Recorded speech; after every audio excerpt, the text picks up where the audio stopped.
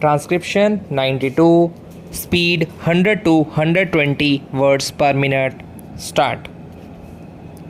This question, sir, in my humble opinion, should be viewed from a different angle from which it was looked at and discussed here yesterday. It is true that it is correct in principle that the railways whose entire capital at charge is drawn from the general revenues should be able to make a good contribution to the general revenues, but in applying this principle, care must be exercised. If we are looking at railway systems in advanced countries like the United Kingdom or the United States of America or any such countries, this principle no doubt could be applied on all fours. But in a country like India, whether it could be applied is a question that should be considered. It was argued that the railways have a long history, and because they have long been an established concern, they should now be able to contribute to the general revenues. Although it is true that the railways are a long established concern, still the circumstances under which the railways were run are not being examined here.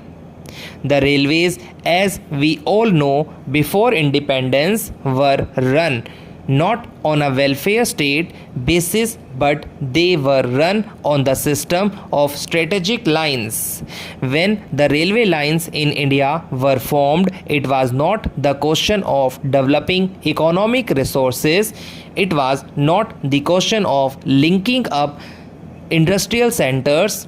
It was not the question of linking up the railway system with pilgrim centers or centers of density that promoted the authorities, the private companies to start the railway in India, but it was the strategic concern of the British government then that promoted these companies to form railways.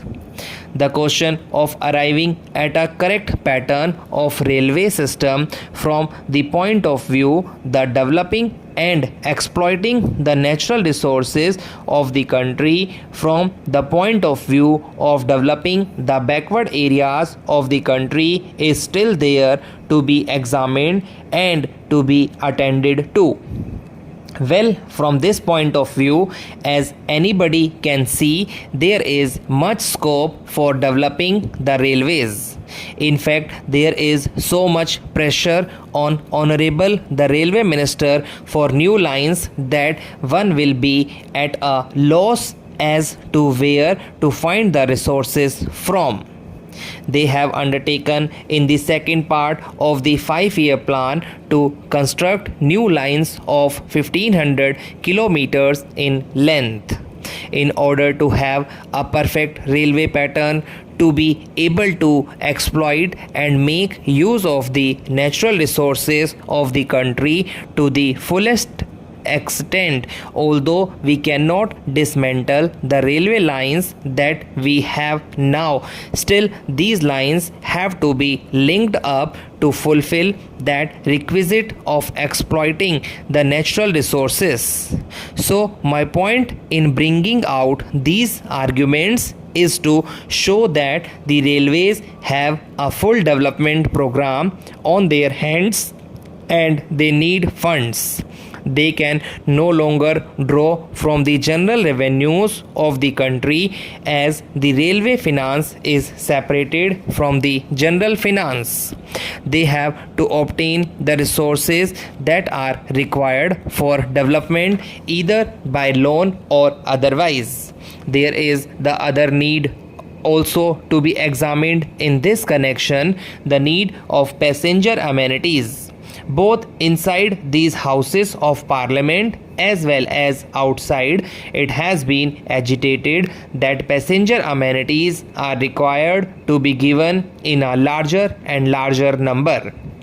The second class passengers before independence did not get adequate amenities. In fact, the condition of the bogies, the condition of the waiting rooms, the condition of catering facilities, and the condition of housing, all these things needed much attention. Although the railways have now taken up the amenities program, and according to the recommendation of the convention committee, we are now earmarking rupees 3 crores per annum for this purpose, still I think it is totally inadequate. The railway administration has now recognized the fact that greater and greater passenger amenities are to be given, but they are not going on the right lines. I may make this statement clear by saying that they are not following proper lines with regard to the amenities that are to be given. I will just take just one example and point out how they fall short of the requirements. Well, the question of providing waiting halls for second class passengers has been a much mooted question, and that naturally gets a top priority in the amenities program. Well, the so-called waiting halls that are now provided are like this. The halls are there. The exit gate from the platform opens into the hall, and the entry gate into the platform opens into the hall, so much so that in fact the hall is only a passage. When people come and go, how can the second class passengers take rest here? That is a question which I have not been able to understand. Secondly, for the passengers who have to wait for a number of hours in these halls, necessary sanitary facilities should be provided. Now, the sanitary arrangements may be inside the platforms where the waiting passengers cannot go. And if they go and commit nuisance outside, the policemen will be there to haul them up and prosecute them under the police regulations for committing nuisance. So it is not imagined that when passengers are required to wait for 10 hours or 12 hours in these waiting halls, they should have some bathrooms facilities as we have for first class or for higher class passengers. That thing has not been visualized. Even for our cattle sheds in our houses, we have doors and windows, but here for these second class waiting halls, there is neither a door nor a window nor an enclosure. This I say to draw the attention of the authorities to think of these amenities in their proper proportion.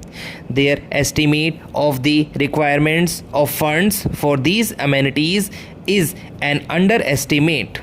The needs for increasing the amenities are large.